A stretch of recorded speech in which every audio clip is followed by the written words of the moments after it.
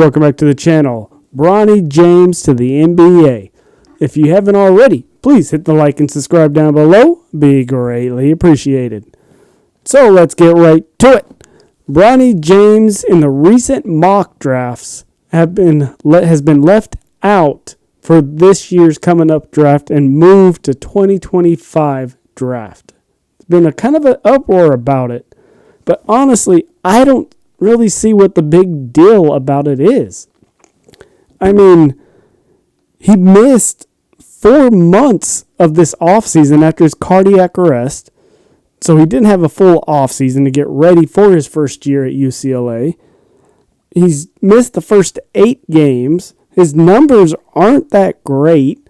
Let's be honest. He's in 19 games, he's averaging 5.5 points, 37% shooting, 2.8 rebounds, and 2.5 assists a game. And I feel like he's going to be under the most pressure because of who his father is. If his father wasn't LeBron James, there wouldn't be that big of a deal of, oh, yeah, you know what?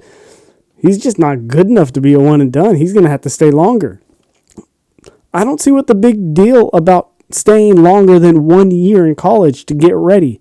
You see so many people who play 1 year, don't play that great. They have a decent year, but then they go to the NBA draft.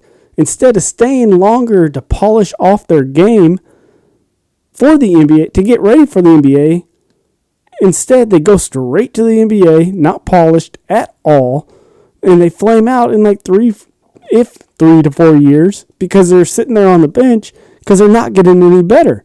And the NBA is win now. They're not trying to, you know what? I mean, let's be honest. There are a couple of teams out there that are trying to get their players ready.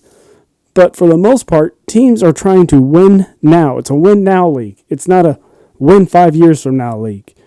To where if you're not polished and you go out and you start playing and you're not playing that great, guess what? You're not going to see the court.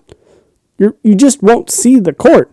Luckily nowadays there is the G League, but if you're a high draft pick, they're not going to send you to the G League. They're going to just have you on the bench, and hopefully when you get called, you play well. If not, you're gone in 3 years after your contract because you haven't gotten better. You've been sitting riding the bench, not getting any playing time. You haven't been able to work on your shot, your dribbles, your rebounding, your assists, your whole game. You're just sitting there and maybe getting garbage time minutes. So I don't see what is wrong with staying more than 1 year. And lately, you've seen these guys that have stayed 3-4 years come into the NBA ready and polished. Like Keegan Murray for the Kings. He stayed, I want to say 2-3 years, and he got better. And he came into the league right away and helped the Kings get to the playoffs last year. Tyrese Halliburton, he wasn't a one and done. He stayed longer. And yeah, these guys are older, but they're also more mature. To me, that's better than a rookie coming in, 19 years old, doesn't know what he's doing. His game's not polished at all. You can tell by his shot. He's not physically ready. Mentally, he's not there. To me, I have no problem with the kid staying 2 to 3 years if he is not ready for the NBA grind. I just don't get why people think, oh, you know what? He's not that good of a player. He stayed in college for 3 years. They need to pass on him. He's too old. He's 21, 22, too old for the NBA. He's not any good.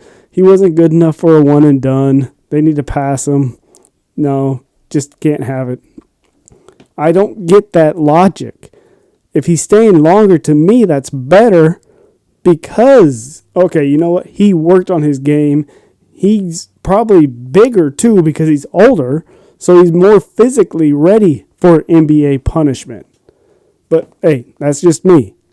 What do you think? What do you think below? Let me know in the comments below. Do you think it should be frowned upon for a guy staying 3 years, maybe even 4, over someone who just does a one and done and he's out? even though he's not technically even probably ready for NBA. Because sometimes these rookies come in and they don't get good until their second or third year because they're not developed enough. To where if they would have done that in college, they could have came in, probably been possibly a higher draft pick, and contributed right away to their team instead of waiting 3 to 4 years to get to that being able to contribute to that team. But hey, that's what I feel. I mean, and like I said, for Bronny, if he comes into the league and he doesn't show out like right away, there's going to be so much hate. Oh, he's not as good as his father. He should have stayed in college. He's done after his first contract. He'll never see the court again.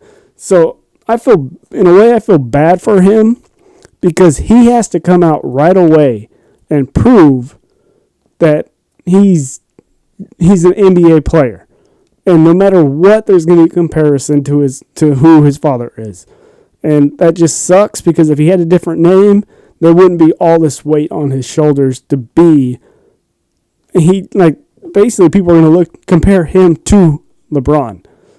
And there's no way you can compare him to LeBron because, let's be honest, that's probably, there's a 1% chance of him being as good as his dad.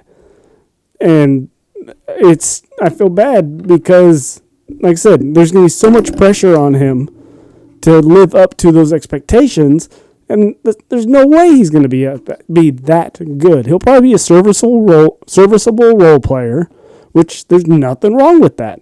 There's absolutely nothing wrong with being a serviceable role player as long as you know your role.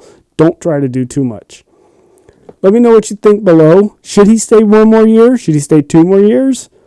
How do you think he'll be? Good? Trash in the NBA? Let me know what you think below. Leave a like, comment, subscribe. See you on the other side.